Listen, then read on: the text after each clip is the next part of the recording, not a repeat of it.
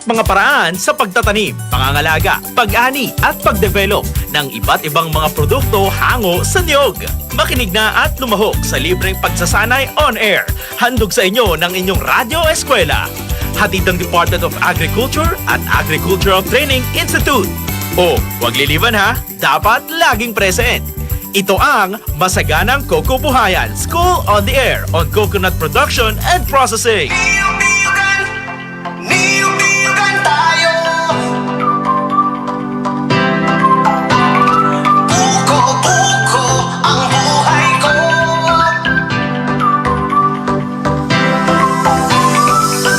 Pilipinas, halika na.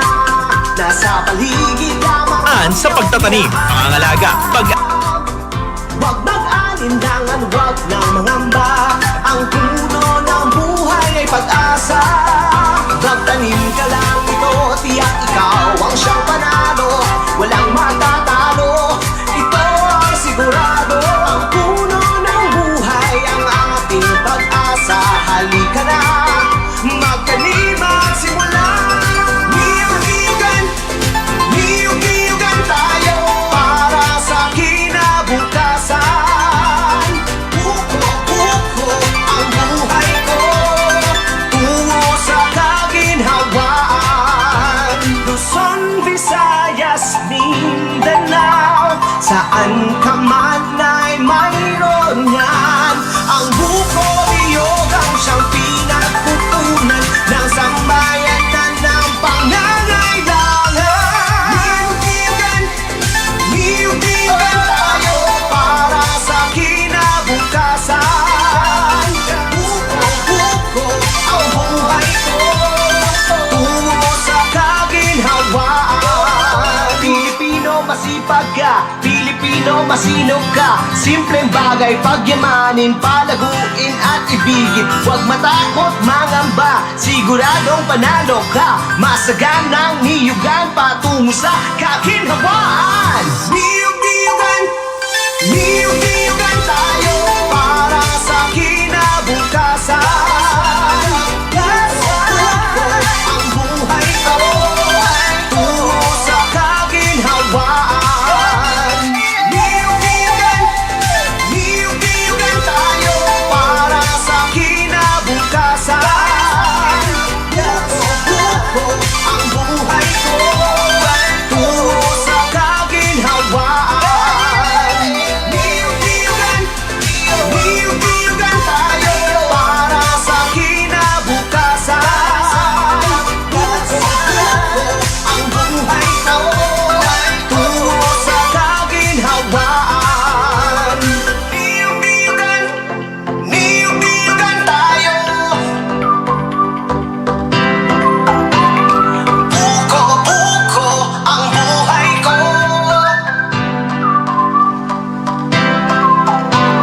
Niyog-niyogan, niyog-niyogan tayo. Buko-buko ang buhay ko.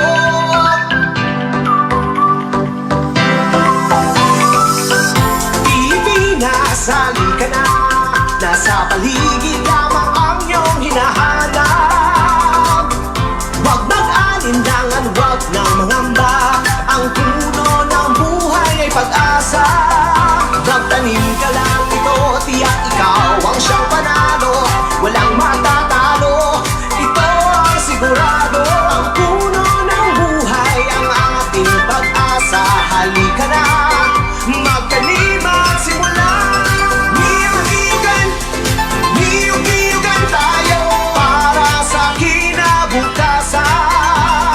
Buko-buko ang buhay ko, tungo sa kaginhawaan. Luzon, Visayas, Mindanao, saan ka man ay mayroon yan. Ang buko-niyog ang siyang pinagkukunan ng sambayanan ng pangangailangan. Niyog-niyogan, niyog-niyogan tayo para sa kinabukasan.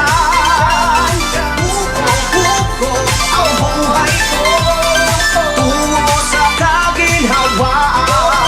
Pilipino masipag masipag ka, Pilipino masinop ka. Simpleng bagay pagyamanin, palaguin at ibigin. Huwag matakot mangamba, siguradong panalo ka. Masaganang niyugan patungo sa kaginhawaan. Niyug-niyugan, niyug-niyugan tayo para sa kinabukasan. Ang buhay ko tungo sa kaginhawaan. Niyug-niyugan, niyug-niyugan tayo para sa kinabukasan. Ang buhay ko tungo sa kaginhawaan. Niyug-niyugan, niyug-niyugan tayo para sa kinabukasan. Ang buhay ko tungo sa kaginhawaan. Niyug-niyugan, niyug-niyugan tayo. Buko-buko ang buhay ko.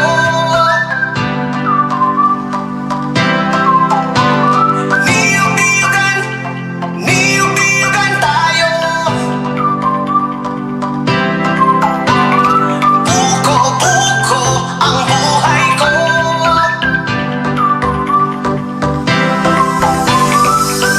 Pilipinas ang Alright, ladies and gentlemen, good morning po sa ating lahat and welcome back po para sa ating masaganang Kokobuhayan Radyo Eskwela sa Pagnyunyugan School on the Air on Coconut Production and Processing for Sultan Kudarat Province. Good morning po sa ating mga farmers dyan na nakikinig as of this moment.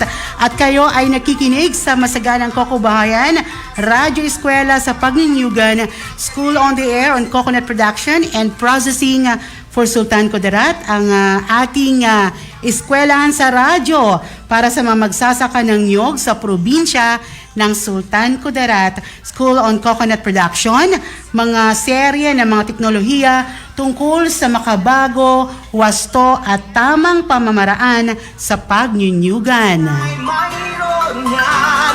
Ang buko niyog ang siyang pinagpupunan ng sambayan. Assalamualaikum warahmatullahi wabarakatuh. Magandang umaga, magandang buhay po mga ka-agri-eskwela at mga bayaning magsasaka ng Sultan Kudarat. Isang masaganang pagbati po ang inihatid namin sa inyo. Ako po si Donna de la Victoria Liuno, ang Acting Information Officer at the same time FITS Manager or Farmers Information Technology Services Manager ng OPAG Sultan Kudarat. Itong programa ay hatid sa atin ng Department of Agriculture, Agricultural Training Center or Agricultural Training Institute, Regional Training Center 12, sa pamumuno ni OIC Center Director Shirley Beldia. Itong programa ay hatid din sa atin at makikipagtulungan katuwang ang Philippine Coconut Authority Region 12, Philippine Coconut Authority Sultan Kudarat Province, Provincial Government of Sultan Kudarat, and of course the Sultan Kudarat Office of the Provincial Agriculturist at mga piling lokal ng pamalaan dito sa ating probinsya gaya ng Isulan, Bagumbayan, Esperanza, President Quirino, Columbio, Calamansig at Libak. Kaya inayaan natin ang lahat na makinig at tumutok para matuto dito sa ating agri-eskwela. Mapapakinggan tuwing Lunes at Huwebes, 10 a.m. till 11 a.m. sa himpilan ng 99.1 Max FM Tacorong City, Nutri-Eskwela 92.1 FM, Radyo Kadulangan, at may replay po tayo tuwing Sabado 9 a.m. till 11 sa 105.1 FM, Radyo Natin Libak. Alright, para sa ating mga katanungan or queries and comment and of course greetings, just text po 0969-017-8136. Ulitin po natin ang ating text line 0969-017-8136. Ikaw ang siyang panalo, walang matatalo. Ito Alam kong excited na ang ating mga farmers ngayon. Excited na ba kayong final quiz? Alright, ang ating mga kaniyog mula sa Sultan Kudarat, hello po, na nakikinig sa kanilang mga radyo at mga cellphones. Kaya simulan na natin ang ating programa. Noong Lunes po ay nakasama natin si Sir Arnel Torahang, Division Chief 1 ng PZAN CSPC, Roman Cotabato, at tinalakay niya ang iba't ibang rekomendadong variety ng niyog. At dahil dyan, magiging tayong Coco Tanong dito. Pagbasa ko kasi ng Coco Tanong, parang Coco Martin eh. Kaya si Sir Arnel, makikita nyo parang si Coco Martin din talaga, no? Alright, Coco Tanong po natin for today, magbigay ng halimbawa ng tall at dwarf na variety ng nyog. Parang gusto kong mangulabo ngayon. Okay, so yun ang tanong natin na ulitin na magbigay ng halimbawa ng tall at dwarf na variety ng nyog. I-comment lamang sa ating Facebook Live or mag-text sa ating official text line. Gaya ng binanggit ko po kanina, yung 0969-017-8136. Babasahin natin mamaya-maya lamang ating mga kasagutan. Bago natin simulan ang ating lecture proper. Okay, babasahin natin ating mga comments as of this moment. Sige. Sa mga sa mga viewers natin, good morning sa inyong lahat. And thank you so much for always watching. Hello to good morning po, watching via FB Live from Kinayaw. Saan nga yung Kinayaw? Kinayaw, Sultan Kudarat din yan, okay? Ay, Bagong Bayan. Alright. And of course, good morning din from Barangay Daladap. Hello po sa inyo lahat, guys. And good morning, Edna Falses from Baysaripinang Farmers MPC. Galing kami dyan the other week nag-distribute ng materials. Hello sa mga taga Baysaripinang. To all the people of Bagong Bayan, good morning. Mamaya alauna nandyan kami. And of course, good morning from Purok Santa Cruz, Busok. Ang daming nakikinig na mga nakafocus ngayon ng mga farmers natin, ha? And good morning po sa lahat ng mga SOA students, okay? Good luck sa inyo. And from Basaklibak, hello po sa inyong lahat. Kumusta kayo dyan? Keep safe po kasi kasalukuyan pang mabaha yung ilang parte ng Sultan Kudarat and Maguindanao. And of course, good morning Coco farmers present in attendance. Wow. Sige, magro-roll call daw tayo mamaya. And mayad nga aga ma'am from Bernie Lapides. And from Salabaka, Esperanza Coco Farmers, Growers and Organization Incorporated from Scordoa, Aldrian. Alright, good morning po. Mamaya yung iba ha, wag nating patagalin to kasi nakafocus na sila ngayon nakatutok sila ngayon.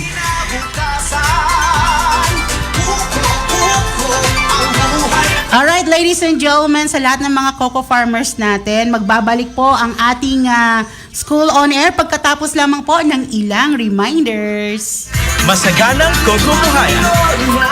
Masaganang matatag at progresibong industriya. Ito ang inahandang para sa mga magsasaka sa ilalim ng Coconut Farmers and Industry Development Plan ng CFIDP, kayang-kaya. Iba't ibang programa ang nakalaan para sa mga magniniyog. Kasama na rito ang health and medical, scholarships, crop insurance, credit at marketing assistance. Mayroong ding training, access sa iba't ibang pasilidad at mga serbisyo para sa mga samahan at kooperatiba. Magtungo lang sa pinakamalapit na opisina ng Philippine Coconut Authority sa inyong lugar upang magpatala sa National Coconut Farmers Registry System o NCFRS. Sabay-sabay tayong umasenso sa pagniniyog. Maging masagana, matatag at progresibo. Kasama ang Department of Agriculture, Agricultural Training Institute, Philippine Coconut Authority at ang CFIDP. Nagbabanta na naman ang sakit na bird flu sa ating lugar. Kailangang mapigilan ang paglaganap nito. Narito ang mga dapat gawin upang maprotektahan ang inyong mga alagang itik, pato at manok. Una, panatilihing malinis ang kanilang tirahan. Maghugas ng kamay at i-disinfect ang mga kagamitan, mapadamit, bota, egg tray o pinapagkainan ng inyong mga alaga. Iwasan muna ang pagpapahiram ng mga kagamitan. Pangalawa, panatilihing isara ang bakuran o kulungan ng inyong mga alaga at huwag basta-bastang magpapasok ng mga bisita o ligaw ikaw na hayop sa loob. Maging mapili din sa pagbili ng inyong mga alagang hayop. Pangatlo, importante rin na maging masuri at obserbahan ng inyong mga alaga araw-araw pati na sa kanilang iniinom at kinakain. Pang-apat, gawin ang tamang disposal o pagtatapon ng mga basura, dumi at patay na mga hayop upang mapanatili ang kalinisan sa inyong mga kulungan. Sundin ang inyong biosecurity plan upang paglaganap ng bird flu ating mapigilan. Ang paalalang ito ay hatid sa inyo ng Department of Agriculture Agricultural Training Institute Region 12 at ng hindi lang ito. Dahil laganap ang African Swine Fever o ASF sa ating bansa, tandaan lamang ang biik tips upang makontrol ang pagkalat nito. B. Bawal ang paglalabas ng baboy at mga produktong baboy galing sa mga lugar na may kaso ng ASF. I. Iwasan ang pagbibigay ng karneng baboy o lamaw. I. Ipagbigay alam sa pinakamalapit na agriculture office ang pagkakasakit o pagkamatay ng mga alagang baboy. K. Kaukulang parusa ang naghihintay sa mga susuway sa mga patnubay na ito. Pagdating sa pagsukpo sa ASF, tandaan lamang ang biik tips na ito. Mamamayan ay ating hikayatin, ASF ating sugpuin. Ang paalalang ito ay hatid sa inyo ng Agricultural Training Institute Region 12, Provincial Veterinary Office at ng himpilang ito. Masaganang Kokobuhayan. Panwa! Kagkatawa! Luzon, Visayas, Mindanao, saan ka man ay mayroon yan. Ang buko iyog ang siyang pinagpupunan ng sambayanan ng pangangailangan.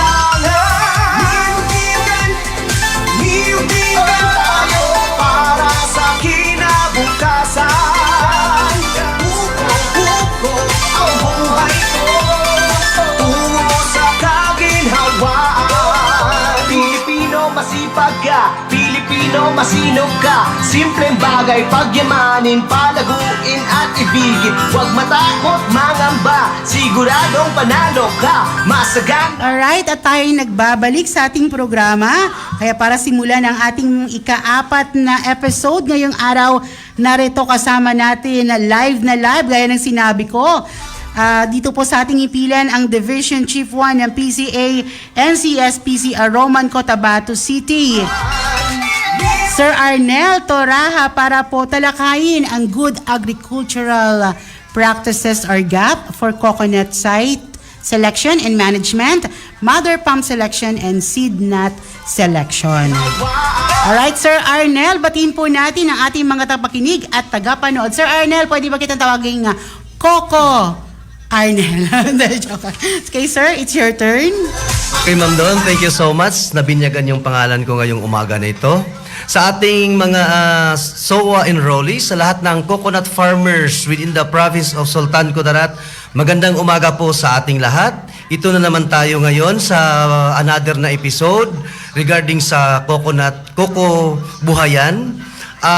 Nung nakaraang Lunes, tinalakay natin ang mga iba't ibang variety ng coconut.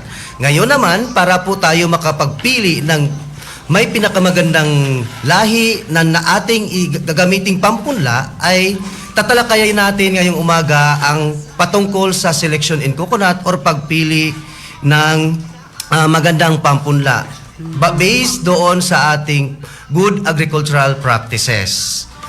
Okay, so selection is the action or fact of carefully choosing someone or something as being the best or most suitable. Gaya din po sa pagpili natin ng ating magiging future partner. Di ba, Ma'am Don? Kailangan nating Pumili.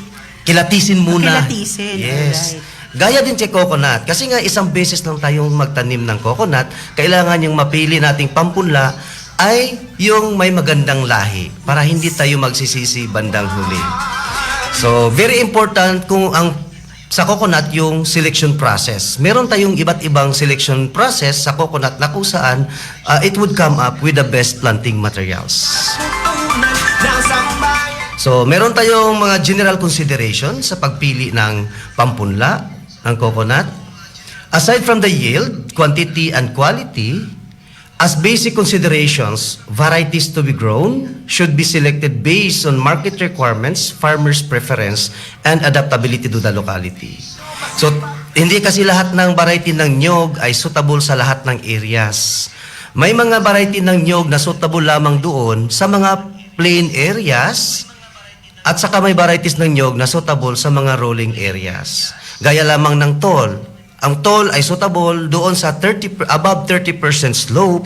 Yung ating mga dwarf naman at saka ay hybrid ay suitable doon sa ating mga areas na kung saan hindi lalampas sa 30% slope yung terrain ng lupa.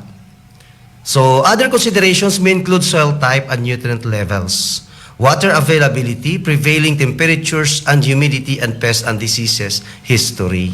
Yan yung titingnan natin. May mga ibang variety din ng nyog na kung saan very susceptible sa pests and diseases. So, kailangan kung may history na po yung area natin ng mga pag-atake ng iba't ibang peste, ay ang itatanim natin yung mga variety ng nyog na kung saan ay resistant o resistensyado doon sa mga pesting nandoon na sa isang area. So the planting materials should be of high quality and shall be sourced either from PCA seed gardens and seed production centers or PCA accredited nurseries. So ito namang pagkuha natin ng pampunla, kung pwede lang, paalala ko lang sa lahat ng ating mga coconut farmers, marami na po tayong pwedeng pagkunan within the province of Sultan Kudarat na rehistrado po or certified po ni PCA. Kung pwede doon kayo kukuha ng ating pampunla kasi well assessed na po yan ng PCA na kung saan ang ating maitatanim ay galing talaga sa magandang lahi. Marami ngayong nagbebenta dyan lang sa mga daan-daan na kung saan kahit saan lang pinupulot. So, hindi tayo sure sa kwalidad ng kanilang pampunla pag yun ang ating bibilhin. Kailangan hanapin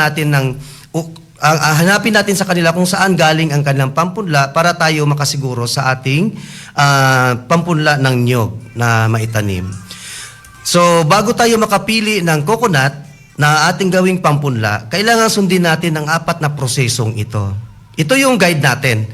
There are 4 steps in selection in coconut in order to come up with high-quality planting materials. Unang-una po sa steps na ito ay yung plantation block selection. Pangalawa po yung mother palm selection. Pangatlo yung seed nut selection at pang-apat is yung seedling selection. Kailangan pong sundin natin ang prosesong ito para po makasiguro tayo na yung mapipili talaga nating pampunla ay galing sa magandang lahi.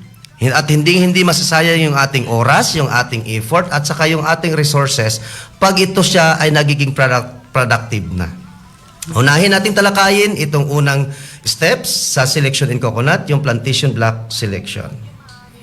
So, kailangan sa plantation block selection, sa isang area, ay makikita natin na properly managed in a given locality. Anong ibig sabihin sa properly managed? Naalagaan niya ng maayos, na-fertilize niya, walang mga signs na merong mga pests and diseases, walang mga debris na kung saan nakakalat lang kahit saan, like yung mga coconut husk, stumps, na siyang titirhan ng mga rhinoceros beetle. Walang signs na kulang siya sa nutrients. So, pangalawa, kailangan yung kanyang production ay hindi bababa sa 80 nuts per palm per year or about 2 tons copra per hectare per year. Ito yung pangalawa nating criteria sa pagpili ng area. Kailangan bawat puno merong 80 nuts per palm sa buong taon na makukuha. So, paano natin ito gagawin? Magbilang lang tayo ng 3 oldest bunches bawat puno. Bilangin natin ang laman bawat bunch, tapos i-divide natin into 3, then kumuha tayo ng 10 to 15 sample trees sa isang area para makuha natin yung average. Okay, so pangatlo pong criteria natin, itong paggawa natin ng block, i-blocking natin yung isang area. For example, 1 hectare, ang ating target na pagkunan ng planting materials. Sa isang hektarya, hindi po ibig sabihin na lahat ng puno ng yun, kung merong 100 trees, coconut trees na itanim doon o na namumunga, hindi po ibig sabihin na lahat ng punong yun ay pwede na natin kunan ng pampunla. Kundi piliin mo lang po natin yung mga niyog na andoon po sa gitna. Iiwan natin yung nasa gilid. It will serve as the buffer for those pollen coming from the other palms. So, pag pumasa na siya sa first natin na criteria, gaya ng mga nabanggit ko, ay proceed na tayo sa pangalawa nating steps. Ang pangalawa nating steps itong mother palm selection. Ibig sabihin ng mother palm selection, yung nanay na kung saan pagkunan natin ng ating mga pampunla. Unang-una na criteria dito, yung typical of the variety. Ibig sabihin kung anong hitsura ni nanay, ganun din ang hitsura ni anak, sa nut. So, like for example, sa takunan variety, medyo pahaba yung kanyang shape ng nut. So, dapat ang shape ng nut na ng mother palm ay medyo pahaba. Tapos, ang spathe niya ay empty ang upper portion or shrunken spathe. So, pangalawa yung stealth trunk, malulusog na trunk, malalaki. Leaf scars closely spaced. Ano itong leaf scars? Yung kung saan yung tinanggalan ng palapa ng nyog. Yung naiiwang parang shape ng bibig, ng labi natin, yan yung leaf scar na kung saan when we say closely spaced, maliliit lang ang kanyang agwat. Seed nuts of uniform sizes. Dapat sa isang bunch, pari-pareho yung sizes niya. Walang mas sobrang laki at saka walang sobrang liit. Dapat pari-pareho. Kung medium size siya lahat, medium size lahat. Crown has at least 30 open leaves. Yung buong hitsura ng nyog, dapat hindi bababa sa 30 na open leaves ang kanyang hitsura. Kung bilangin natin yung kanyang dahon, kasi nga isa itong indication na ang coconut ay maganda ang lahi niya pag maraming dahon ang na-iproduce ng isang puno ng nyog. Mother palm of open pollinated varieties shall be selected from a block or area of highly homogeneous bearing palms producing an average of at least 8 nuts per bunch or copra equivalent of 25.6 kilograms per tree per year. So, sa isang bunch naman, dapat hindi bababa sa 8 bunga ang laman nito. Madali lang po yung i-identify or pagpasyal natin sa isang area. Regardless of variety, dapat hindi bababa sa 8 bunga bawat bunch or bulig sa Bisaya ang makikita natin pagbilangin natin sa isang bunch. Below that, wag na nating isali kasi nga may tendency na kulang siya sa hindi magandang quality or may nasa mababang quality yung makukuha nating pampunla galing sa puno ng yan. So, pag pumasa siya dito, ito naman yung pangatlo ang ating isusunod. Yung seed nut selection. Meron din tayong criteria dito. Dapat sa seed nut selection natin na process, uniform ang sizes, lalong-lalo na open pollinated varieties. When we say open pollinated varieties, the coconut produce itself without human intervention. Natural lang po ang kanyang pollination process. Kailangan kung medium size lahat. Kung large size lahat. Typical of variety pa rin, sa pagpili ng nut, kailangan tingnan natin, kilatisin nating maigi. For example, sa Katigan variety. Anong titingnan natin sa Katigan variety na nut na masasabi nating true to type siya na Katigan? Edi yung sa stigmatic base niya, yung nipple-like structure. No? Yung parang natin, ang kanyang stigmatic base. Pangatlo, yung physiologically mature, dapat pag i-shake natin merong water sloshing sound sa loob. No? Maririnig natin yung tunog ng tubig sa loob pag i-shake natin. Hindi naman ibig sabihin na yung ating seed nut na pipiliin ay yung mga puro brown na talaga. Ang coconut kasi, pag seedling production yung purpose natin, from fertilization of female flower, pwede na natin siyang i-harvest up hanggang 11 months. 50% kulay green, 50% brown ang color ng isang nut or tinatawag nating color bricks. With slashing sound na po yan. So, ibig sabihin, mature na yan siya na pwede nating iset sa nursery para patubuin. Kasi nga po, mas maigi na medyo bata pa siya natin na harvest for seedling production kasi nga hindi pa nagsisimulang tumubo yung kanyang embryo. If sobrang tanda naman po, nasa 12 to 13 months old na po siya natin i-harvest, may tendency na nagsisimula ng tumubo yung kanyang embryo sa loob, na kung saan during post-harvest processing ay may tendency na ma-detach po siya sa loob. So, hindi siya tutubo. Another, no damage by insect or diseases. Merong mga nut natin na harvest na inaatake ng mga rhino, ng mga disease, kaya wag na natin yung isali kasi may tendency na maaapektuhan yung germinating plumule or yung seedlings na tutubo pag isali natin sila. So, last is the seed nuts. Seed nuts should be sourced from selected mother palms. Kailangan yung ating pipiliin na pampunla ay yung rehistrado sa National Seed Industry Council na nire-recommenda lamang po ni PCA. Huwag po tayong magtanim ng variety ng nyog na hindi po rekomendado ni PCA kasi hindi po pa po proven and tested yung kanyang economic benefit going down to the farmer level. Itong ating nire-recommend ng mga variety ng nyog, mapa Tallman or dwarf, ito po ay proven and tested na po yung kanyang economic benefit going down to the farmer level. So kung pwede, ito lang po ang ating pipiliin para pampunla. So, ito po yung mga defective seed nuts na hindi natin pwedeng isali during sa seed nut selection process. Yung punctured or cut, yung mga na-crack, yung too small and deformed, immature, yung sobrang bata pa, yung mga inatake ng daga, rodent damage, may mga butas, at saka yung mga disease-infected seed nuts. Ito yung hindi natin isali. Kasi sa selection ng seed nut selection, kailangan meron tayong culling. Hindi ibig sabihin na pag-harvest natin, lahat po yun ay pipiliin na natin agad as planting materials. Kailangan na tayo mag-undergo ng sorting. Piliin natin yung magandang seed nut at saka doon sa hindi magandang or kaaya-ayang seed nut. Palaguin at ibigin, huwag matakot. So, after seed nut selection, meron tayong tinatawag na pre-treatment of seed nuts. Anong ginagawa dito? Unang-una po ay yung mga partially brown seed nuts should be stored in ventilated or open shed for 3 to 4 weeks to hasten germination. Hindi kasi lahat ng nut within sa isang bunch lang ay sabay-sabay nag-color brown. Meron talaga sa isang bunch na yung sa itaas, sa ilalim na portion nag-brown na, sa itaas hindi pa.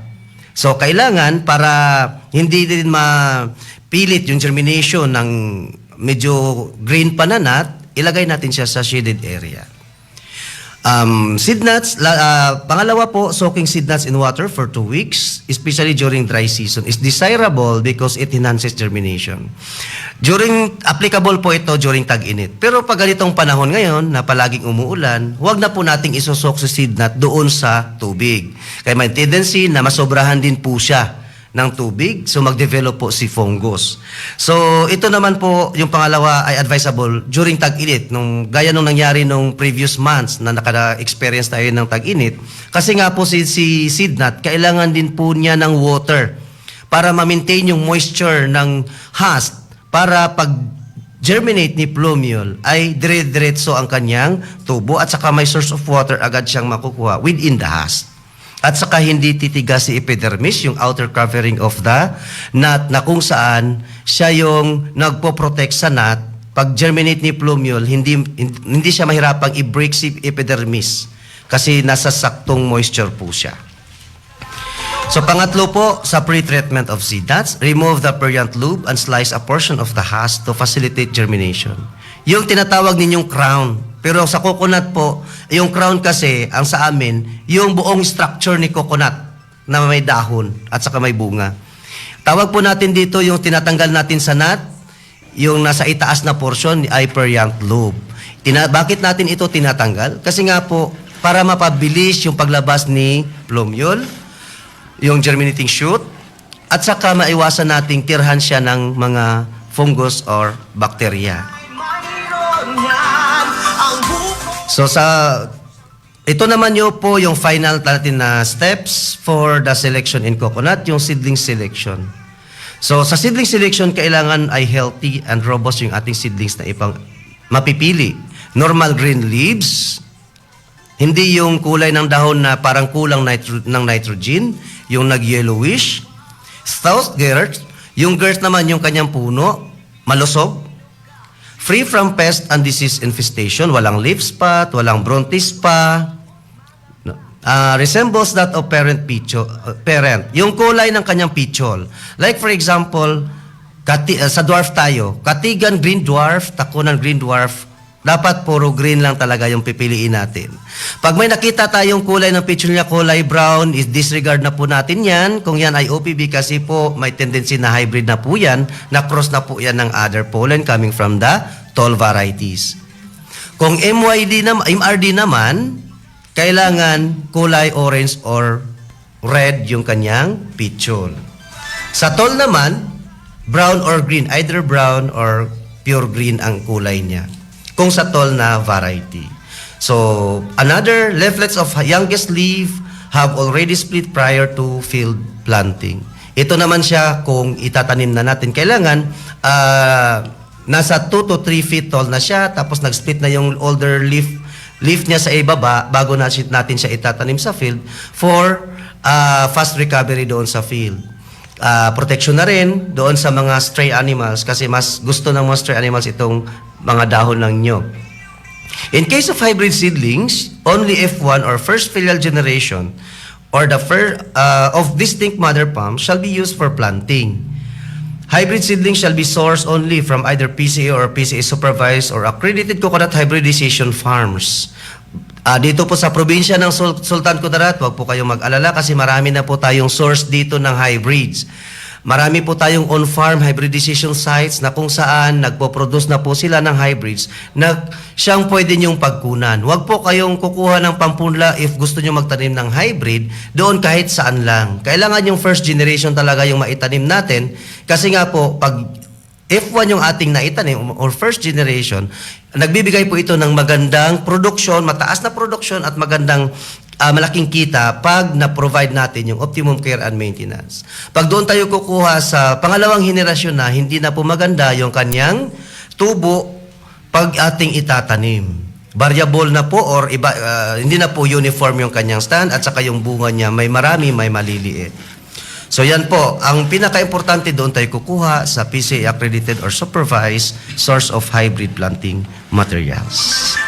So, yung mga unsuitable seedlings naman na hindi natin pwedeng isali, andito po sa mga Facebook watchers po natin. Since this is Facebook Live, makikita nyo po clearly dyan yung mga hitsura ng seedlings na hindi natin pwedeng piliin as good seedlings at saka pampunla natin. Yung mga thin and wheel, yung mga albino tawag, yung puti, ang dahon. Kung sa mais, yung anong tawag dyan sa Hilonggo, yung tundis sa amin.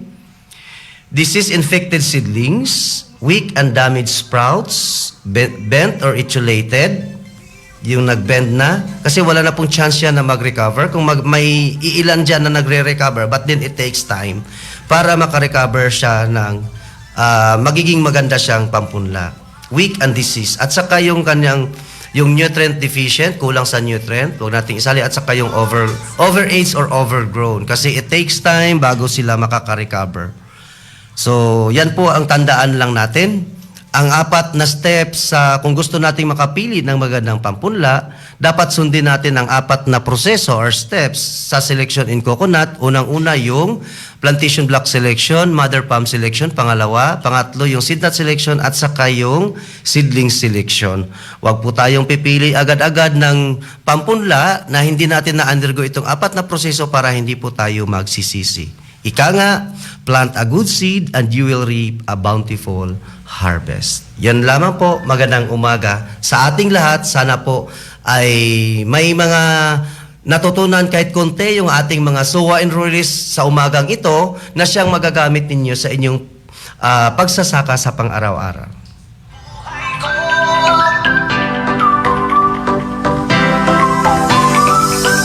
Pilipinas, halika na.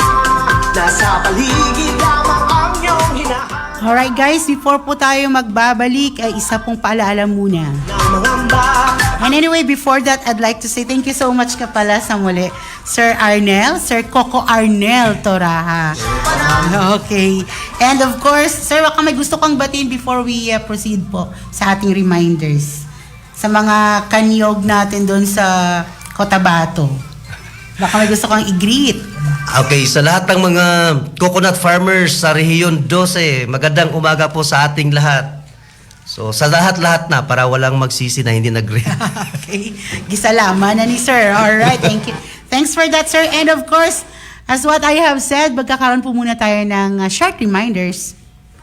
Saan ka man ay mayroon yan. Ang buko yoga siyang Fever o ASF sa ating bansa, tandaan lamang ang biik tips upang makontrol ang pagkalat nito. B. Bawal ang paglalabas ng baboy at mga produktong baboy galing sa mga lugar na may kaso ng ASF. I. Iwasan ang pagbibigay ng karneng baboy o lamaw. I.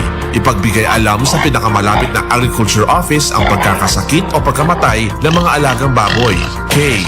Kaukulang parusa ang naghihintay sa mga susuway sa mga patnubay na ito. Pagdating sa pagsukpo sa ASF, tandaan lamang ang biik tips na ito. Mamamayan ay ating hikayatin, ASF ating sugpuin. Ang paalalang ito ay hatid sa inyo ng Agricultural Training Institute Region 12, Provincial Veterinary Office at ng himpilang ito. Masaganang Kokobuhayan. Masagana, matatag at progresibong industriya. Ito ang inaasam para sa mga magsasaka ng niyog sa bansa. Sa ilalim ng Coconut Farmers and Industry Development Plan ng CFIDP, kayang-kaya. Iba't ibang programa ang nakalaan para sa mga magniniyog. Kasama na rito ang health and medical, scholarships, crop insurance, credit at marketing assistance. Mayroong ding training, access sa iba't ibang pasilidad at mga serbisyo para sa mga samahan at kooperatiba. Magtungo lang sa pinakamalapit na opisina ng Philippine Coconut Authority sa inyong lugar upang magpatala sa National Coconut Farmers Registry System o NCFRS. Sabay-sabay tayong umasenso sa pagniniyog. Maging masagana, matatag at progresibo. Kasama ang Department of Agriculture, Agricultural Training Institute, Philippine Coconut Authority at ang CFIDP. Masaganang Kokobuhayan. niyog-niyogan tayo. Buko-buko ang buhay ko. Alright, mga kanyog, check your time. It's already 10:40 in the morning. So medyo palapit na ang ating paglilipad, palabas, or pa-out, or pa-end po ng ating school on air. But before that, gusto ko pong batiin ang lahat ng mga nakikinig pa rin sa atin ngayon. Yung ating mga texters and ating mga, tawag nito, mga ating mga viewers po.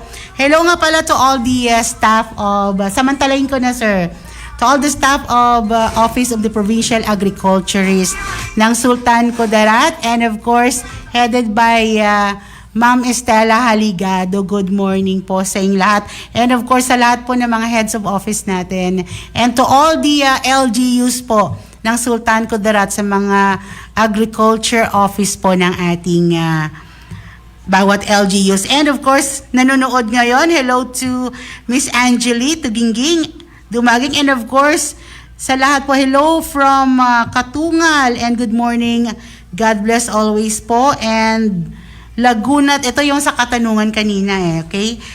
Ibabasahin po natin para sa ating kokotanong kung anong variety ba magbigay ng tall and dwarf variety. So meron siyang sagot, Baybay Laguna, San Ramon, ano ba to? Tall at sa dwarf, Katigan na green dwarf, and aromatic dwarf. Okay, ibig ba sabihin nito, sir, ay aromatic is mabango? Ganun.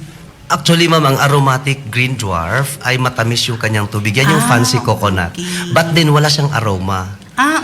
Yung pandan variety, yan po yung matamis ang tubig pero may aroma.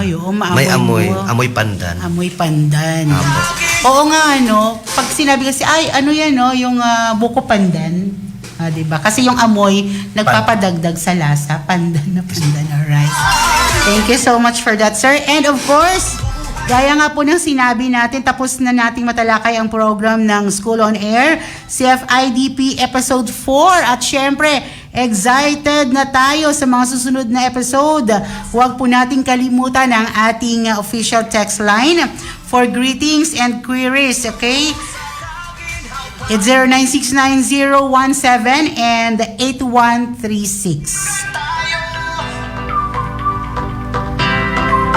Okay, ating balikan ang ating kokotanong. Magbigay ng halimbawa ng tall at dwarf na variety ng niyog. Sige, babasahin na natin yung mga mga answers natin dito. Kagaya nga ng nabasa ko kanina, Baybay, Laguna, San Ramon, Tol at sa Dwarf, Katigan, Green Dwarf at Aromatic Dwarf. Yun, na-explain na po. Na-explain Yes, tama na. po yan, ma'am. Opo. Alright. And good morning po, Ma'am Hihotol and Katigan Green Dwarf. Anong masasabi niyo Yes po, dun, tama sir? po. And of course, hello nga pala to one of our 4H coordinator po ng Bagubayan, to Sir Jen. Hello po sa inyong lahat. And of course, sa ating COCO coordinator dyan, si Ma'am Loche Lorania. Mamaya nga pala, try to catch sa ating Digital Farmers Program po, alauna ng hapon. Mga farmers pa rin po yung kasama natin para sa mga makabagong teknolohiya. Gamit po ang cellphone, farming through farming po, magagamit po natin yung mga applications na bago. And of course, ito pa po, good morning ma'am, watching from Sinakulay, President Quirino. Okay? And the good morning from Kinayao. And ano ba to? Makapuno tall varieties and Malayan dwarf varieties. Yes, tama po. Alright. So, ang makapuno, Galing pwedeng po siya mabilong siya sa dwarf, sir. Ganun. sa tol siya. Sa tall pala siya. So, mali pala ako doon. Kasi sabi ko, uy, baka makapuno kasi putot ang puno niya. So, sa tall pala siya nabilong yung ating makapuno. Then, tall, Baybay, Laguna, Tagnanan Dwarf, Katigan Green, Takunan Green, and Aromatic Green. And that's the answer of Miss Marisol Asuncion. Yes. So, ano po, okay, tama din po yun, Yes sir. po, opo. And hello sa mga taga-poblasyon Bagumbayan dito nga from Santa Rona, Baloyo, Manabugan. And tall varieties are Baybay Tall, Laguna Tall, San Ramon Tall, and Takunan Tall. And dwarf varieties are Katigan Green Dwarf, Takunan Green Dwarf, Automatic Green Dwarf. Automatic ba to? Aromatic. Aromatic. Okay, Aromatic Green Dwarf. And okay. Para sa kinabukasan, ang buhay na tungo sa kaginhawaan. Nawala na tayo sa greetings natin. Parang may narinig ako takunan tol doon. Baka tagnanan tol yun. Tagnanan. Kaya, yun nga sanang itanong ko, sir, no, na takunan, okay? Dwarf. Apelyedo ata yung takunan. Actually, ma'am, yung pangalan ng variety ay Tag- nakabase yan sa kung saan sa na-discover na lugar. Okay, Kung anong sa pangalan ng lugar. lugar, yun po ang nilalagay. Yan, Takunan alright. base po yan siya, na doon po yan nag-origin, sa Barangay Takunan sa Davao. Okay, yun naman pala talaga. Pilipinas, halika na. Nasa paligid lamang ang iyong hinahanap. Huwag mag-alinlangan, huwag Okay, balikan natin yung ating mga greetings. Check our time, it's 46 minutes past the hour of 10. Medyo may oras pa tayo. And eto, nag-answer din si Maria Teresa Laya, Katigan Dwarf, and Hiotol. Talagang alam nila, sir, ano? Yes po. Mapi-perfect talaga nila to. And of course, Noraida Pindaton, Tall Coconut, Baybay, Tagnanan, and Dwarf Coconut, Aromatic, Green, Katigan Green. Yes, okay. And watching from Salabaca, Esperanza, sa mga farmers natin dyan sa Salabaca, hello sa inyong lahat. Good morning and thanks for watching. Tutok lamang po at nang marami tayong, magkaroon tayo ng kaalaman. And good morning, Kakoko farmers watching from Puloy-Puloy, Libak, Sultan Kudarat. Hello sa inyo sa mga coastal towns po ng Sultan Kudarat. Good morning! And greetings coming from Leia Gabilan. And Merna Navida, good morning Kakoko farmers. Watching from Lagilayan, Isulan, Sultan Kudarat. Hello sa inyong lahat dyan. And of course, good morning ma'am, sir. Pa-shoutout po watching from Lagilayan. Yan na nga, from Lowy Saul or Saul. siguradong panalo ka. Masagana. And good morning po ma'am, shoutout watching from Purok 4 Lagilayan. From Stacy Eugenio. Daming nanonood at nakikinig sa Lagilayan. Isulan, Sultan Kudarat. And Aladin Samidon from Malingon. Saan ba itong Malingon? Basta sa Malingon, hello sa inyong lahat. Tayo para sa kinabukasan.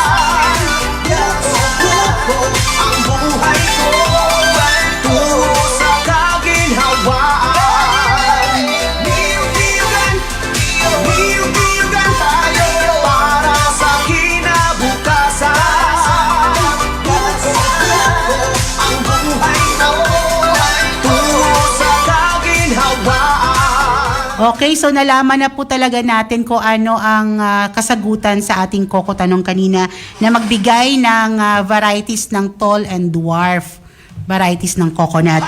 So sa lahat po, dyan nagtatapos, gusto po naming malaman na every Monday and Thursday or Lunes and Huwebes po ang ating School on Air.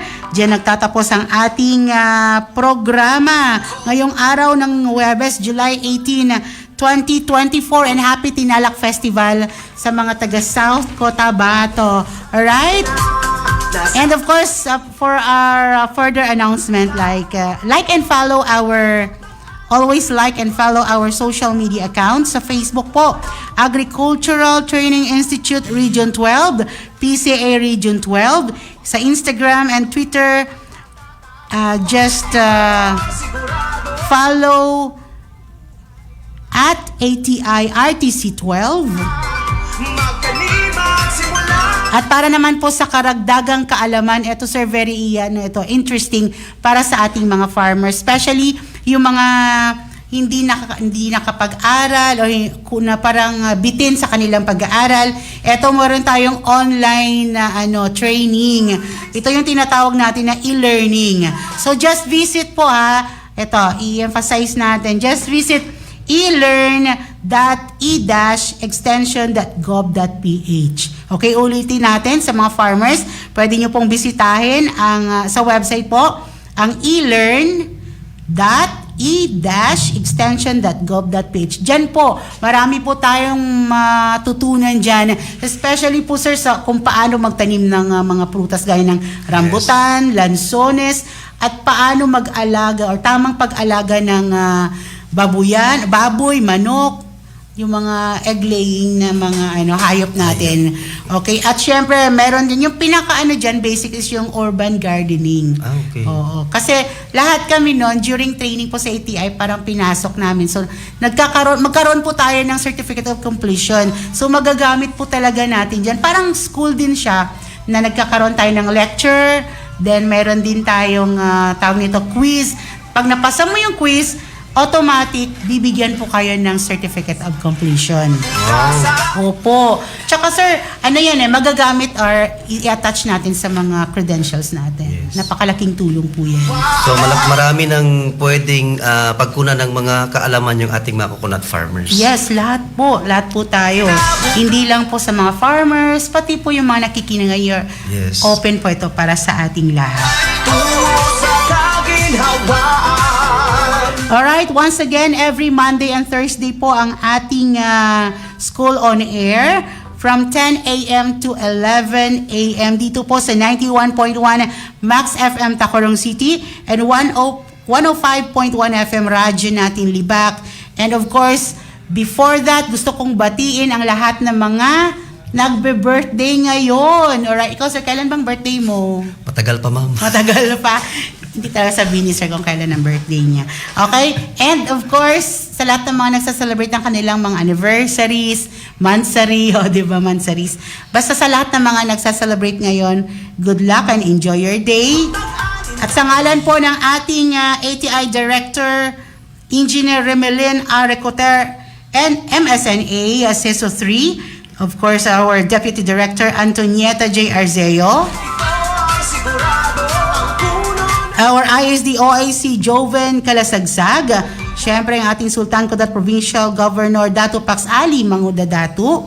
Thanks for the support. And our Provincial Agriculturist Ms. Estela Haligado, our ATI 12 OIC Center Director Ms. Shirley L. Beldia, our PCA Region 12 Regional Manager Emily Lorion, our PCA Sultan Kudarat Provincial Manager Sir Greg Aliaga, and of course our ATI 12 CFIDP Focal Person Engineer Chofelo T. Humawan Jr., and our PCA 12 CFIDP Focal Person Lordette Estanyo. Para sa kinabukasan, ang buhay ko tungo sa kaginhawaan. Alright, our next episode naman po is our episode 5 po yan. Ikaw pa rin pa buwang makakasama natin, sir? Yes, ma'am, sa Monday. Okay. So makakasama pa rin natin ang bida po ng Batang Quiapo. Si Coco. Si Tanggol. Oh, si Tanggol. Ang tagapagtanggol ng Nyog. Alright. Si Coco Arnel. Okay, hello sir. And of course, yun siya pa rin po makasama natin from 10 a.m. to 11 a.m. At ang magiging topic po natin ay Regarding on the coconut hybridization. yes, coconut hybridization. So abangan po yan.